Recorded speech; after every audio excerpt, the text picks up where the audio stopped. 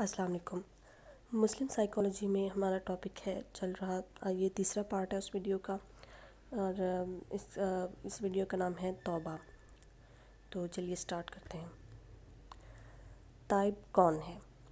یحییٰ بن معاذ سے دریافت کیا گیا کہ تائب کون ہے؟ آپ نے فرمایا، جو شخص جوانی میں توبہ کر لے اور پھر اس سے رکا رہے یہاں تک کہ اسے موت آ جائے۔ بوڑھوں کی توبہ توبہ نہیں ہے، کیونکہ ان کی شہوانی آگ گناہوں سے ٹھنڈی ہو چکی ہوتی ہے، مگر اللہ نے توبہ قبول کرنے کا وعدہ فرمایا ہے۔ حضرت سعید فرماتے تھے کہ اللہ توبہ کرنے والوں کو معاف کر دیتا ہے۔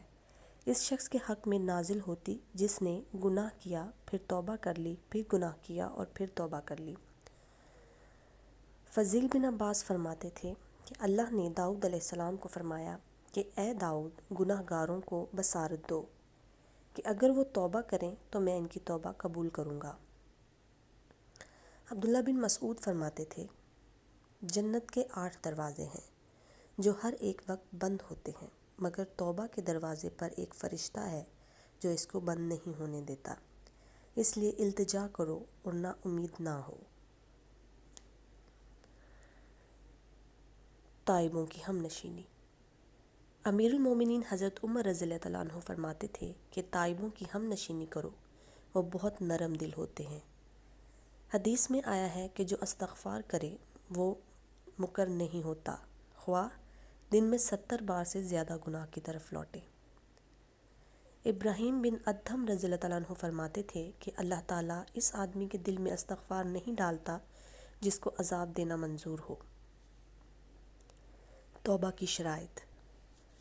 توبہ کے سلسلے میں ایک اور ضروری بات یہ ہے کہ سچی توبہ کی کچھ شرائط ہوتی ہیں، جو اگر پوری نہ ہوں تو اس کا مطلب یہ ہوا کہ توبہ میں خلوص نہیں۔ بعض بزرگوں نے اپنے اپنے خیال کے مطابق توبہ کی شرائط بیان فرمائی ہیں۔ بغام نوری بتاتے ہیں کہ توبہ کی 3 شرائط ہیں۔ نمبر 1، گناہ سے باز آ جائے۔ نمبر 2، گناہ پر نادم ہو۔ نمبر 3، اس بات کا عہد کرے کہ وہ گناہ پھر نہ کرے گا۔ اگر گناہ حقوق العباد کے بارے میں ہے تو پھر ایک چوتھی شرط یہ ہے کہ جن کا حق چھینا ہے اس کا حق ادا کرے یا اس سے معاف کروائے۔ شرائط توبہ پوری ہونے پر توبہ میں شک نہیں۔ توبہ کی جب تمام شرائط پوری ہو جائیں گی تو اس کی قبولیت میں شک نہیں ہوگا، کیونکہ قبول ہونے کے معنی یہ ہیں کہ انسان کے قلب میں انوار معرفت کی تجلیات کے قبول کرنے کی استعداد پیدا ہو جائے۔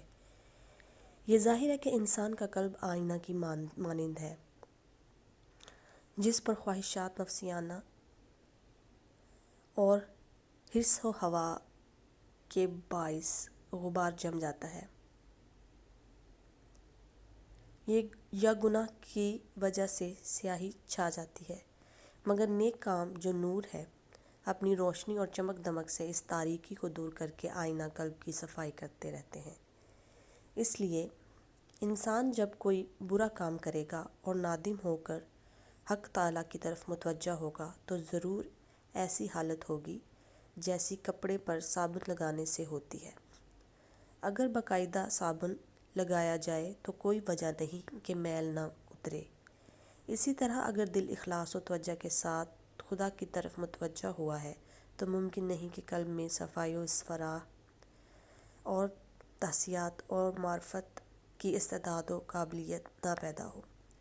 اگر توبہ کی تمام شرائط پوری ہو جائیں تو اس کی قبولیت میں کوئی شک ہونے کے کوئی معنی ہی نہیں ہے۔ حضرت عبداللہ بن عمر رضی اللہ تعالیٰ عنہ سے روایت ہے کہ آن حضرت نے فرمایا کہ اے لوگو، اللہ کے حضور میں توبہ کرو، بے شک میں 100 مرتبہ اس کے حضور دن میں توبہ کرتا ہوں۔ توبہ کے مقامات۔ خواجہ معین الدین چشتی رضی اللہ تعالیٰ عنہ فرماتے ہیں کہ توبہ کے چند مقامات ہیں۔ نمبر 1، جاہلوں سے دور رہنا۔ نمبر 2، باطل کو ترک کرنا۔ نمبر 3، منکروں سے روگردانی کرنا۔ نمبر 4، محبوب سے محبت رکھنا۔ نمبر 5، خیرات کرنا۔ نمبر 6، توجہ کو درست کرنا۔ توبہ کی فضیلت۔ توبہ کی فضیلت کے بارے میں حضرت عمر رضی اللہ تعالیٰ عنہ کا ایک بیان بڑا مؤثر ہے۔ آپ رضی اللہ تعالیٰ عنہ نے فرمایا، اگر عیب دانی کے خطرے کا خیال نہ ہوتا تو میں کہتا کہ 5 اشخاص جنتی ہیں: جو محتاج مگر صابر ہو، نمبر 2 وہ عورت جس کا خاوند اس سے راضی ہو، نمبر 3 وہ عورت جس نے اپنے خاوند کو مہر صاف کر دیا، نمبر 4 وہ جس کے والدین اس سے خوش ہیں، نمبر 5 وہ جو گناہوں سے سچی توبہ کر لے۔